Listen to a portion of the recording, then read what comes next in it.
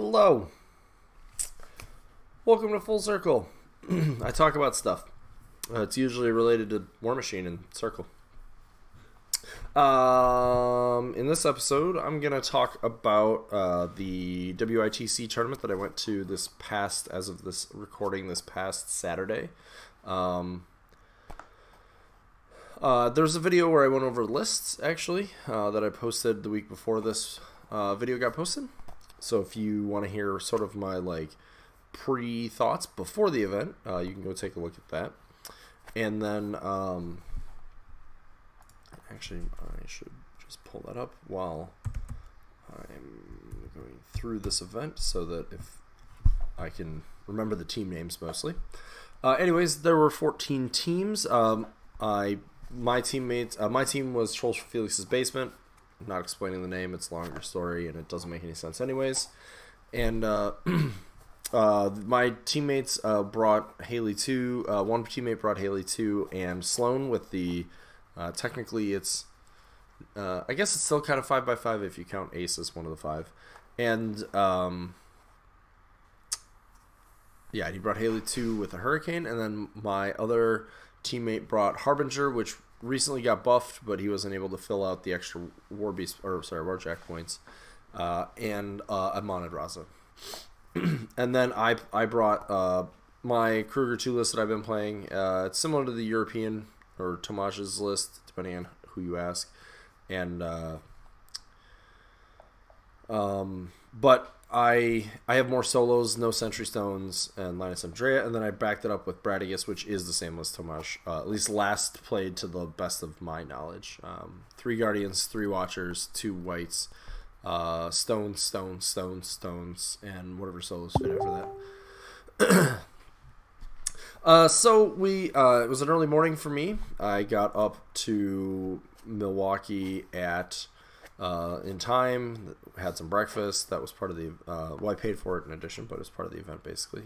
It's at the Elks Lodge in Waukesha, so it was a nice venue. The people that worked there are great. They had a $20 deal for food for all day, which was fantastic. The food was pretty good. I'd say definitely worth the $20.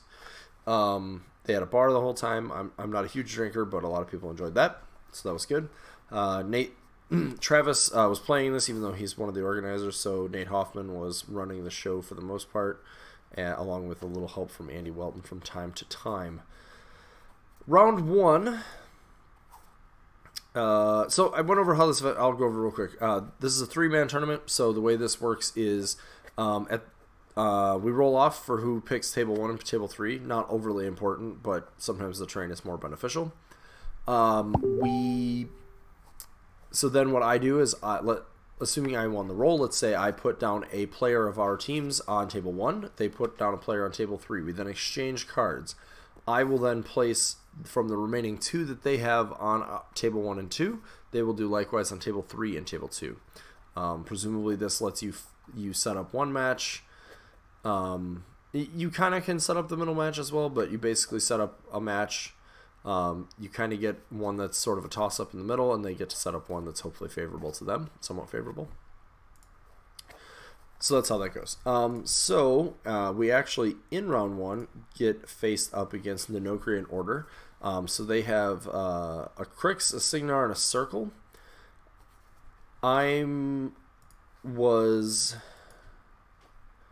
Let's see, how did we decide to do this? I believe I looked at the tables and I saw one that was advantageous to my Signar player, so I opted to put him down to pick his matchup.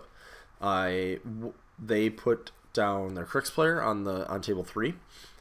We worked it out to where Francesc, my Signar player, has played against me quite a bit in general, and so I thought that he would have a solid matchup with his pairing into that. He mistakenly, Dan brought Kruger 1 and Kruger 2. Francesc mistakenly guessed that he would play Kruger 2, mostly because everybody plays Kruger 2.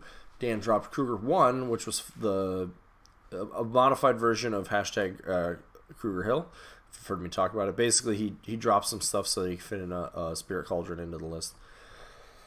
And Francesca dropped Haley. Haley too. And then they paired Travis into... we set it up so that we didn't have as much control over this, I guess. But the way it worked out was Travis Marg was the one they dropped. He got our Protectorate player who dropped Harbinger in that game.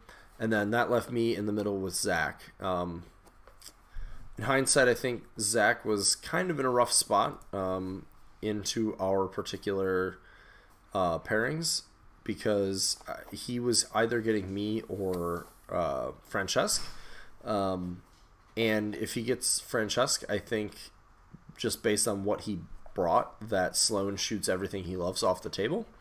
And if he plays against me, he's playing 2 Storm Division lists into Kruger 2. So that's what ends up happening.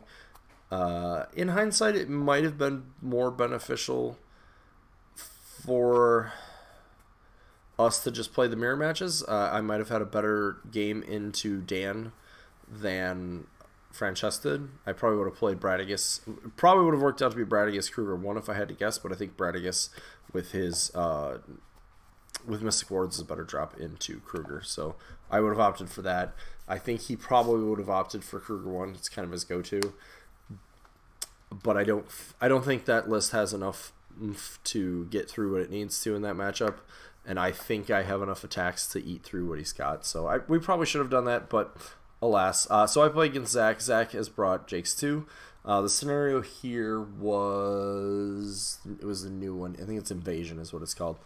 2 circles with the rectangle zone vertically oriented in the center and the objectives.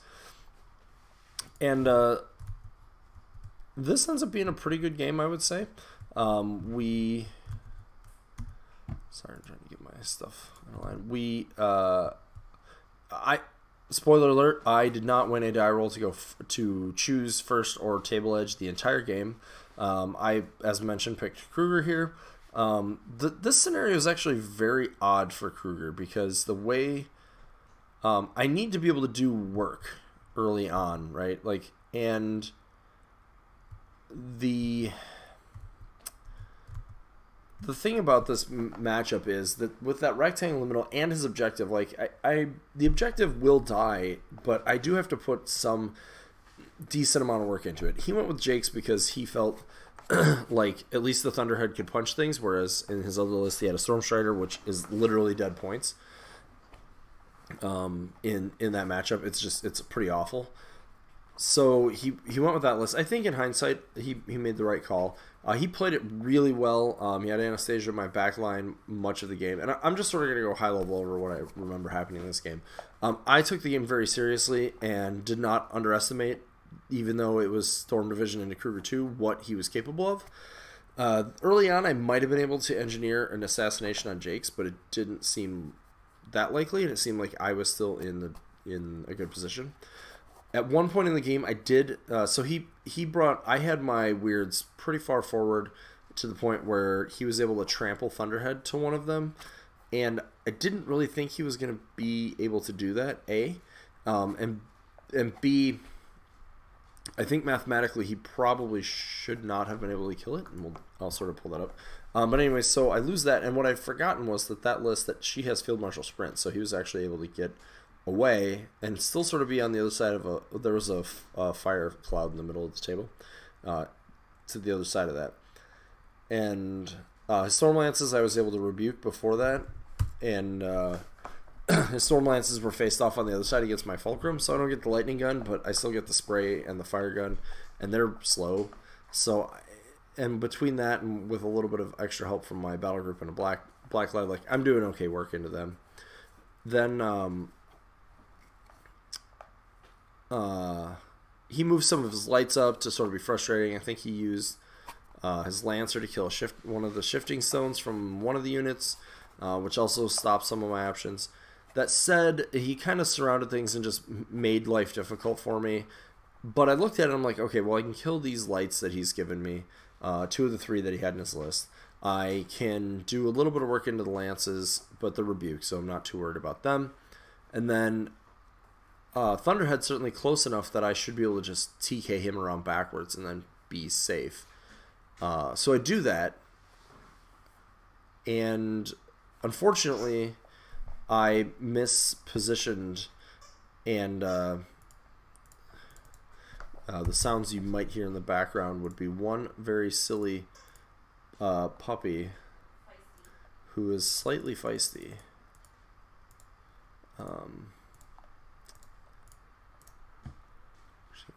So it was pretty likely. So yeah, Thunderhead was actually decently likely to kill that.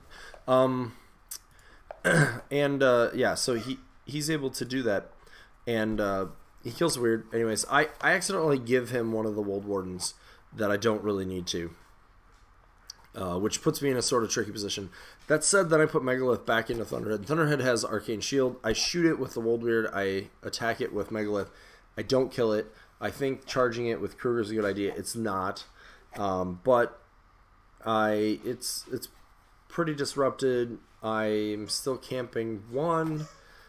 His lances are in a bad place. This is the part where I made a mistake. I was actually doing okay. I probably was going to lose my... I should have upkept Rebuke that turn. I sort of dropped it thinking like, oh, I can kill these Storm Lances, and I should have just kept it up and been safe. I sort of have to keep relearning this lesson throughout games where whenever I'm like, this sounds like a riskier call, I should just not do it unless I absolutely had to. And I didn't absolutely have to there. I was in the driver's seat of the game. He did actually score some control points at this point, but I'm still doing fine. I should have upkept it. I should not have sent Kruger into Thunderhead. But be that as it may, Kruger is able to live through what's not a very good assassination run from him because of the amount of stuff I'm able to put in the way.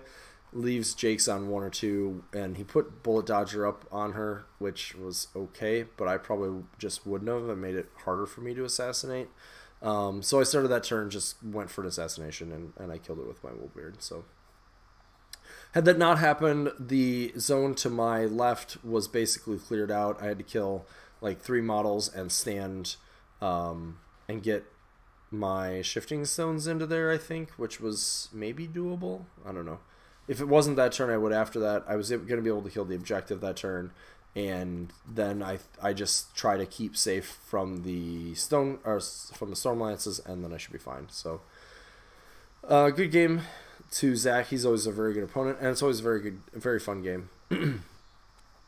My team, unfortunately, both lost their matchups, though, which is sort of why I was talking about if we had potentially paired a little bit differently. I think it's good. I think I had the best matchups into basically everybody of what I saw, so that's probably what we should have done. So round 2, I have to remember the name of this team. This is the hardest part. Were they the Tree Huggers? Nope. We faced off against the Weekend Warriors.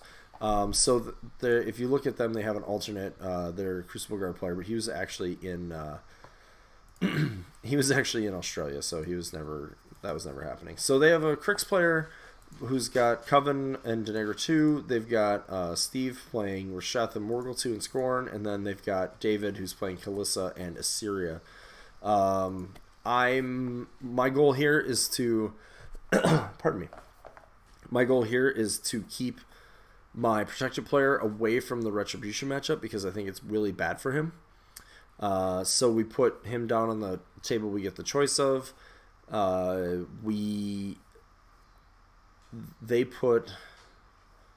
think they put Dustin down on the other table.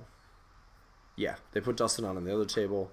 I basically tell him that it's between... because I just looking at it, I think the Scorn matchup makes the most sense, so I'm pretty sure I put him into Scorn. I'm questioning myself. I'm pretty sure Crix was into my Signar player, and Scorn was into Protectorate, was how it worked out, and then I get the Retribution player. So, seeing his list, he's got Kalissa with guns and dudes, and he's got Assyria with guns and dudes. And generally speaking, when there's dudes, when there's dudes and not a tremendous need to crack armor, I'm going to go with Kruger too. I did that. He picked Assyria. I think probably a better call. His AFGs are actually, and Hydras are actually good into Kruger, so that could have been potentially a little difficult for me, but the Sentinels are also very difficult. I can't really just kill them with lightning storms. I can't really kill them with... I mean, I can use... the things I usually use to kill mass infantry don't work as well into this. Additionally, he has blinding light, so he's going to be turning off my arc nodes.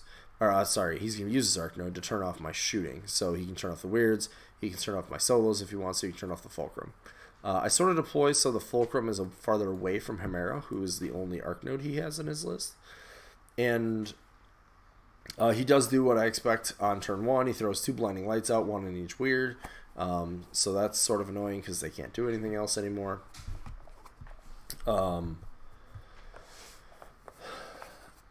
But he kind of had to move Hemera up a little bit to do that, so I'm looking at that like, okay, well, if I can get this, it's going to be a pretty big deal. He moved one of the units of Sentinel. I mean, both the units of Sentinels kind of went up the flanks on the sides pretty hard. We're playing... what's the name of this scenario? Standoff. So he's got his Sentinels on each flank. He's kind of got his Invictors front and center. He's got his other Warjack in the middle. His Assyria and Hemera are a little bit to my left. And then those things are blinding lighted. So and that would have been on the top of 2, I guess, that he did that because we just ran on turn 1. So the bottom 2, I'm hoping maybe I can score some points, and I look, and I decide I can. I'm gonna just try to gallows his Hemera forward. Assyria is standing right behind it and can just cancel the spell with one of the Fury or Focus, but she's only got 2, and she's real squish. And even though she's in a trench, I'm sure he's looking, going like, this is Kruger, and if I spend, he's baiting me with these, and that was kind of what I was hoping, right? Like, I'm like, I throw this out, maybe he goes low, and then maybe I can get an assassination. I didn't really think it was there, but I thought like, well, he's probably gonna respect this, and we'll just see what happens. He lets it happen. I pull Hemera forward, do some damage, and decide, just based on how the matchup's going to go, that he doesn't really have a lot of armor. I mean, like, the Sentinels are high armor for a turn or 2, but for the most part, he just doesn't have a lot of armor. So, like, while Megalith and my Wold Wardens and stuff are obviously valuable, they're not as valuable to me as the guns I have in the list that I need to use to kill all of his stuff. So I decide to, after gallowsing, I just Earth's Power Megalith, port him in, and put him into Hemera. Not a problem to kill her. And then he Megalith TKs himself into the zone, into his zone with one of the Fury that he had. And so I'm able to, let's see, I don't think I killed the objective that turn. I think I just score 1 because he's got somebody in both the other circles. I haven't feeded yet. I don't looked. Do I? I think maybe I did feed then, actually. Sorry, I'm just trying to think. I'll finish talking about the turn. On the right side, my Fulcrum and some Wolds do some work into the Sentinels on that side. Kruger puts Rebuke on the Sentinels to my left. They're the ones with invaluable resolve. Yeah, I don't think I targeted the objective. I could have, but I believe I did not. I just contested that zone. Did some work on this. Did some work on the right, like I said, with sprays and whatnot. And I do believe I feeded this turn to make his just to make. Oh, and I put a Black Cloud like way back into his Sentinels on the right using phase jump. Just to be annoying, tie him up. So I do that. I'm fully expecting to lose Megalith the next turn. That's fine. He can certainly get into my zone and stuff if he wants. That's fine. I've got an early point. He's going to maybe go even as all, whatever. He can't really get much out of most of his army because it's pushed back so far, and Windstorm is going to stop his guns. His Invictors put some damage on Megalith. His Manticore only rolls 1 shot and needs... And so he's got extra focus, so he even boosts the hit. He rolls a 4, so he actually missed Megalith with the Manticore. So that was pretty disappointing for him. Some other stuff, I think some Sentinels walked over to him and attacked, didn't quite kill him. And then he puts his Griffin into Megalith after remembering that Assyria has Crusader's Call. That doesn't kill him. And his dice were just abysmal this turn. you know, I was like apologizing in this game basically because Megalith was there. You're supposed to die. Like I was fine with that, and it doesn't die, and he tries to do some work on my right flank with the Sentinels. They don't really do much. They charge into, like, they kill Linus, and they don't do any, like, they don't get really anything else over there. A couple damage on one of my wardens. Nothing. Basically nothing I really care about. And he's able to run some, or walk some of his Rebuke Sentinels, I think, into my zone that turn as well. I'm getting a little foggy on all the details, but anyway, yeah, and so that's kind of how that turn plays out. He has a pretty frustrating turn. He actually does not kill Megalith after throwing most of his army into it. He leaves Megalith on like 1 or 2, which Megalith goes right ahead. He heals up. I do some punching into. I stay contesting the zone. I punch his Griffin a little bit. I clear my zone so I can score. I think I killed his objective. I might have cleared out the right zone as well, or maybe that was the next turn. Either way, at this point, he's in a pretty rough spot. He's got to keep like contesting with stuff, and I just spiraled that to a scenario win. I think he ends up getting 2 scenario points throughout the game. I think because he clears out the zone the Sentinels are in. I didn't really contest that hard over there because they're Sentinels. So yeah, he clears that out. He managed to score 2 points, that meant. And I end up getting 7 at some point and win the game in scenario. So this round, my two teammates do successfully win their games. So we clean sweep this round. We go up 1-1. The next round, we get paired up against, this is the longest name ever, Raffle Waffles and the Pone Cakes featuring Little John,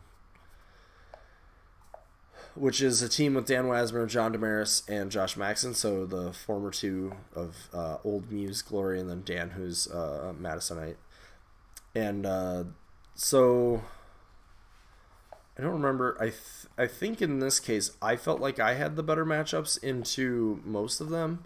I don't really love playing into Osram with Kruger because his feet is pretty rough. But I think I can do it if I need to. It's not my favorite. And I actually might have, with his particular version of it, I might have played Bradius. But be that as it may. And but we put me down on one of the tables. There's also like some advantageous terrain, I want to say. And the way it shakes out, Dan Wasmer is playing against me. We get a Protectorate Mirror match on the table they select. No, the middle. One of the tables. And then we get Mercs versus Signar. And so I'm looking at Dan's lists, and he's got Locke and Silvestro. And I'm pretty confident that he does not want to play Silvestro into Kruger because Windstorm is completely, like, he has no game. Like, his Vindicator doesn't do anything, Gorman doesn't do anything, Hutchuk doesn't do anything, his Rocket Men don't do anything, his other Rocket Men don't do anything, his Alchemists do even less, his 2 Dragon's Breath rockets don't do anything. Like, it's pretty bad. So I feel like there's just no world where that list is being dropped. So I'm like, okay, well, he's going to drop Locke. I can probably still play Kruger into that, but I've got to kill 6 heavies. And usually when I'm counting to 6 on heavies, I'm like, it's time to play Bradigus. I'm a little worried about the Vindicator shots, but I think I can work through it. I go with Bradigus. What scenario did we play this time? I think we're playing Breakdown. Whichever one's the championship belt. So we go with that. He ambushes Hutchuk. Trancers walk up, sort of are jerks. He moves up his Combat Alchemist, but they don't drop Clouds because they run, I think, and he sort of puts the rest of his stuff behind them. I kill 3 of them with my Wold Watchers, which is a little... No, that's probably about right. And you just boosted 8s. 9s? Maybe I should have missed 1. Kill them. So I'm starting to work through those. His rockets ran, like everything he had ran. He's sort of setting up because he knows I out-threaten him. And he doesn't have an Arc Node, which is advantageous to me. So he sets up like that. He's been putting some shots into stuff. He's trying to kill Shifting Stone. At some point, he finally... and he's trying real hard to get a Warpath trigger in it, and it's just being difficult for him. At some point, he finally gets one. He sends in a Toro to... What does he attack? I want to say it's a... Oh, he kills one of my lights. He kills one of the World Watchers. In response, I'm able to kill like 3 of his heavies using my feet, kill the objective. I score a point, I think, right away. Or do I get 2? Well, I get 2 because I killed the objective. Oh, no, I got 3. I was able to clear out the outside zones that turn and the objective. So I got 3. And then basically I'm able to just punch my way through to get the second control point. So somewhere his clock got run down. I think there was a mistake when there was a judge call and the clock kept going or something. Yeah, I don't think there's really a lot of excitement to talk about here. I had to be careful of the Vindicators, but once I was able to... I mean, a lot of stuff happened on the table in this game to get me to this point because I had to like manipulate where my feet is going to put my jacks. I actually would have scored the center zone on that turn as well, but I made the mistake of giving him a counter charge, which put his other Toro into the zone. But... yeah, he's basically lost enough and doesn't have enough flanking stuff that I'm able to take it down from there. So in general, I think Crucible Guard is probably not currently a great drop into Circle. That said, my other 2 teammates this round again did not win their matchups, although it was very close for my Protector player. After he had left his opponent with like 8 seconds to play or something, and Amon had toughed and the fire roll went out on him. He's been knocked on tough, so he survived, and then within that amount of time, his opponent was able to get the kill. So unfortunately, we don't win that round. I win, but the team does not. So we go 1-2. And sorry if it feels like I'm going through this kind of quickly at this point, but this episode's going a little longer than I had expected. So. And then in the last round, sorry, I'm just looking for, because I don't remember the name of their faction. Nope. Faction. There it is. Team. Their team is Big Jank and Little Meta. So they have Matt Lust, who a lot of players may know. He's playing Signar. They've got Matt's playing Circle. They have a Signar player named Tyler and a Retribution player named Alistair. I'm trying to remember how the pairings went for this. I believe I again was trying to keep Chris out of dealing with the Protectorate matchup because of Kaelissa. So we put Chris down, and then we... let's see, which one did we force here? Yeah, we put down, and then he ended up getting Matt Lust, so he got the Circle player. That left Signar versus Signar, which ended up being a Sloan-off, which this Sloan list is Hunter, Hunter, Hurricane, so just a little digression, and it's in Sons of the Tempest, so there's a bunch of other gun mage stuff.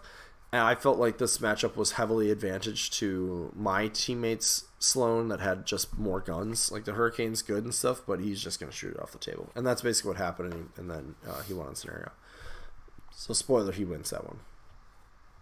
Looking at my opponent's list, again, I feel like he's got guns and dudes, and we're going to play Kruger. He plays Kaelissa. I think that's probably the right...